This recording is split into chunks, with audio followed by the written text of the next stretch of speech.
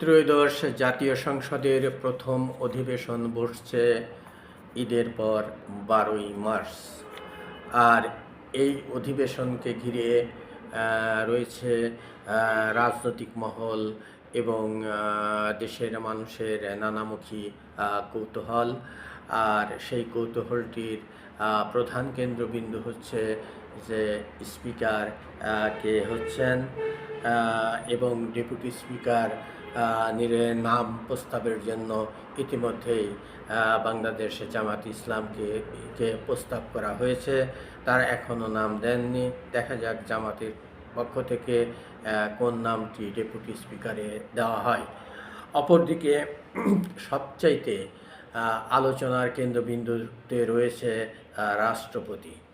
যেহেতু বর্তমান রাষ্ট্রপতি মোহাম্মদ শাহাবুদ্দিন তিনি আওয়ামী লীগ সরকারের নিয়োগকৃত রাষ্ট্রপতি, সে কারণে তার মেয়াদও শেষ হয়নি। এখন তিনি তার পূর্ণ মেয়াদ ক্ষমতায় রেখে বিএনপি আগামীর পথ চলবে, নাকি মেয়াদের আগেই তাকে তিনি পদত্যাগ করবেন, অথবা তাকে পদত্যাগ করতে বলা হবে, অথবা সংসদে অভিশংসনের মাধ্যমে তাকে অপসারণ করা হবে, সেই বিষয়টি সর্বাধিক আলোচনার কেন্দ্রবিন্দুতে পরিণত হয়েছে। অবশ্য ইতিমধ্যেই মহামান্য রাষ্ট্রপতি বলেছেন যে তিনি প্রয়োজন হলে তিনি পদত্যাগ করে তার অবস্থান থেকে তিনি সরে যাবেন। তো এখন পর্যন্ত তার ব্যাপারে বিএনপি চূড়ান্ত কোনো সিদ্ধান্ত নেয়নি।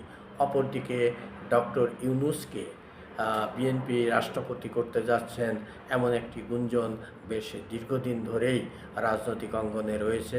বিশেষ করে তারেক রহমান যখন লন্ডনে অবস্থান করেন তখন ডক্টর ইউনূসের সাথে তার যে বৈঠকটি হয়, সেই বৈঠকটির পরেই আলোচনার কেন্দ্রবিন্দুতে উঠে আসে যে ডক্টর ইউনূসই হচ্ছেন বিএনপির আগামী দিনের রাষ্ট্রপতি।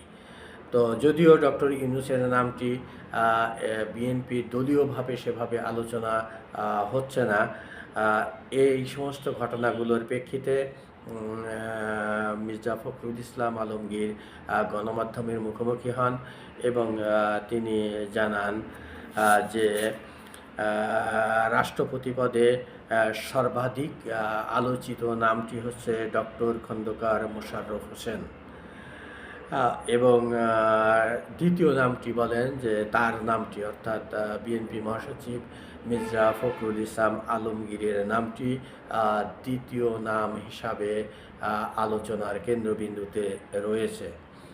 অপর এক প্রশ্নের জবাবে মির্জা ফখরুল বলেন, স্পিকার হিসাবে বেশ কিছু নাম বিএনপির মধ্যে আলোচনা হচ্ছে এবং বেশ কিছু যোগ্য প্রার্থী রয়েছেন।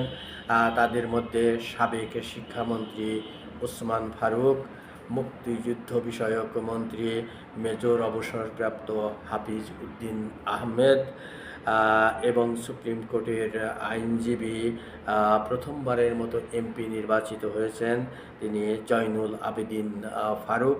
একজন আইনজ্ঞ হিসাবে তার নামটিও বেশ জোরালো আলোচনায় রয়েছে।